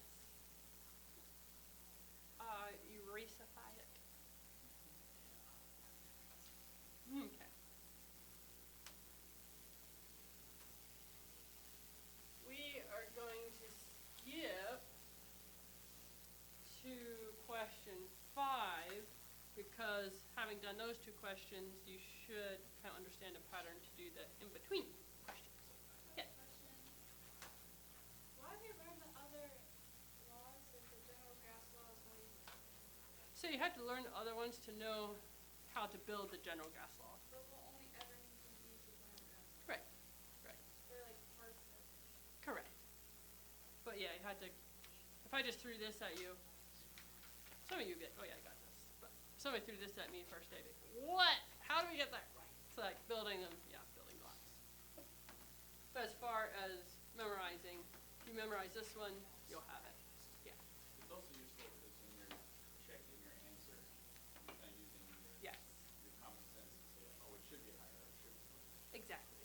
Exactly. To know how just pressure relates to temperature and just volume relates to pressure and temperature. All that. Moving to question 5. A sample of argon gas has a temperature of 72 degrees, and what is it? What scale is it using? Fahrenheit. Oh no! That's so mean and nasty. Why do I think it's mean and nasty? Now we gotta convert it to Celsius. Gotta Convert it to Kelvin. convert it to an absolute value. Oh, bummer. But you didn't let that trip you up, did you? Oh. And a volume of 50 cubic feet and a pressure of 15 psi. So pressure is absolute, we're good there. If the volume is decreased to 10 cubic feet and the pressure is raised to 120 psi, what would the resulting temperature be in Fahrenheit? So first, let's just, so we don't get tripped up, take 72 degrees Fahrenheit and convert that to Rankine. And what does Rankine equal? The Fahrenheit plus 460. And what does that equal? 532. So that is the temperature I'm going to put in. So now I can come back here. What is my starting pressure? Looking at all those numbers. Question 5, yes. 15? It is 15. So that's the first pressure that is listed. So pressure 1 is 15 times. What is the first volume that's listed? 50 feet cubed. 50 cubic feet. And do we know what our second temperature is? Yeah. Oh, sorry. What? It's question 5, but it says in Fahrenheit. Am I in the wrong question? Nope, you're right. It says, what will the resulting temperature be in Fahrenheit? Correct. To convert it back. So, for the formula to work, you must have it in absolute values as you work the formula for it to be accurate. Then, we're going to have to convert it back at the end. Okay. Yep. We don't have to convert the cubes to inch cubes. Right. Per square, it should, right. 10,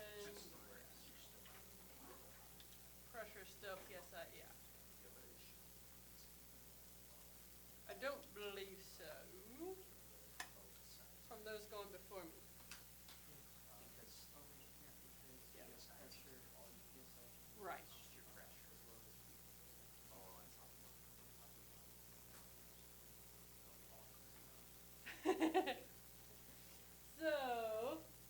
So, do we know our ending temperature?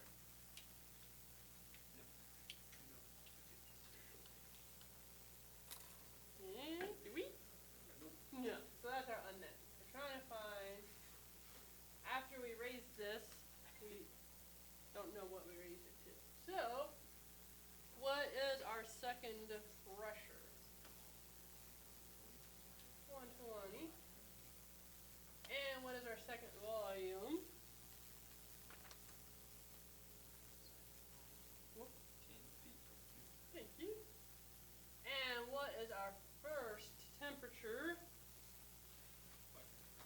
532.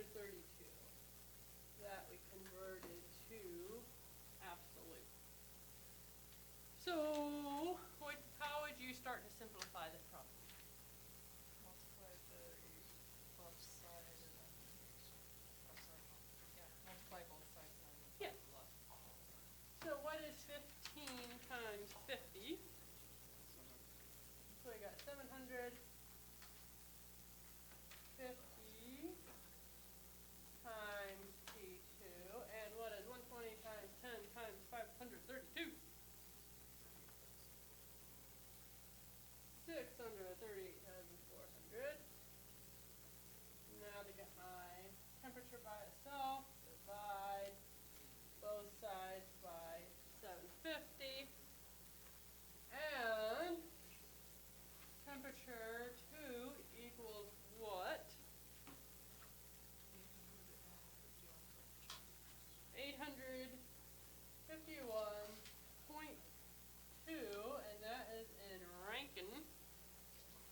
So now what do we have to do? Or subtract 460. So we have to change it back to Fahrenheit, so we do the opposite and subtract 460.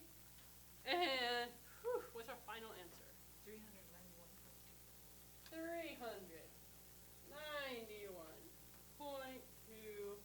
degrees Fahrenheit. That's a little toasty. It is. Bake some cookies. Almost crispy toast. Question on that. And I'll leave this problem up here. I want to make a note on question 6. You can either refer to your textbook, that's the one I talked about looking at figure 5-31 for absolute zero, or the Dale Crane dictionary, wherever it went, has a good definition. The last important note before I just let you work in peace. On the back, question 9. Do not do that question yet, unless you know how to do it and you already did it. We're going to talk about fluids tomorrow. This was one lonely question on fluids that I need you to show your work. So I had to go on paper, but rather than having separate paper, it gets messy. Threw it on the back of this lab. So Keep this. hold on to this. Keep this. Don't turn it in yet, even if you finish the other stuff. Keep it very safe and sound, because then I'll ask you to pull it out tomorrow. So don't do question mark. All right. The rest of the time is lab time, and if you like to work in another area, you're welcome to do that.